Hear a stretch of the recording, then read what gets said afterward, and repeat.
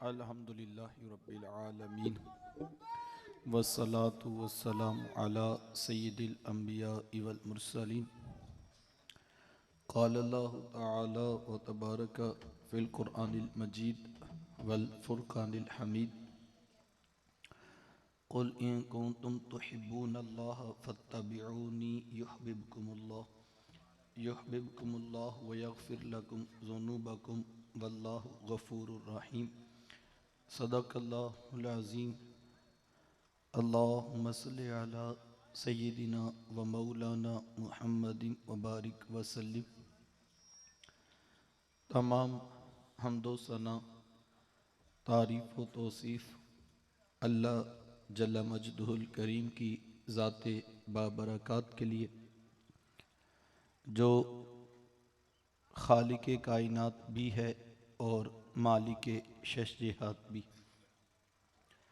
اللہ جل وعلا کی حمد و ثنا کے بعد حضور نبی اکرم شفیع امم رسول محتشم نبی مکرم حضور ختمی المرتبت صلی اللہ علیہ وآلہ وسلم کے حضور ناز میں اپنی عقیدتوں، ارادتوں اور محبتوں کا خراج پیش کرنے کے بعد عزتوں کی مسند پر جلوہ فراز، عالی مرتبت، ذی وقار، محترم محتشم علماء کرام اور واجب الاحترام ذوی الاحتشام برادران اسلام، السلام علیکم ورحمۃ اللہ وبرکاتہ۔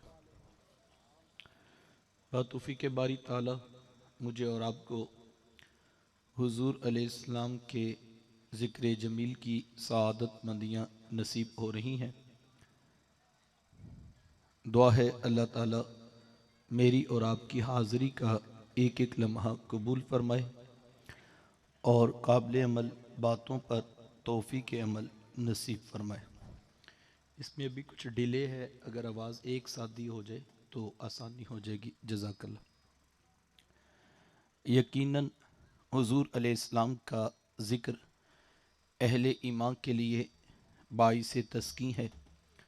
جب کسی کے لبوں سے وہ اپنے آقا و مولا کا نام نامی اسم گرامی سنتے ہیں تو ان کے دلوں میں ایمان کی حرارت بڑھتی چلی جاتی ہے، اور ایسا ہو بھی کیوں نہ کہ میرے حضور کا ذکر ہے بھی اتنا ہی میٹھا۔ جب کسی کے لبوں پر حضور کا نام آتا ہے تو اہل ایمان کی آنکھوں کی پتلیاں بھی وجد میں آ کے رقص کرنے لگتی ہیں۔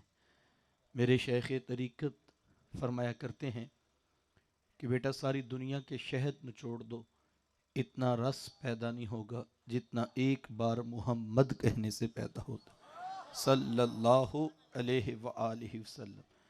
یہ نام کوئی کام بگڑنے نہیں دیتا، یہ نام کوئی کام بگڑنے نہیں دیتا، بگڑے بھی بنا دیتا ہے نام محمد صلی اللہ علیہ وآلہ وسلم۔ کتنا میٹھا نام ہے۔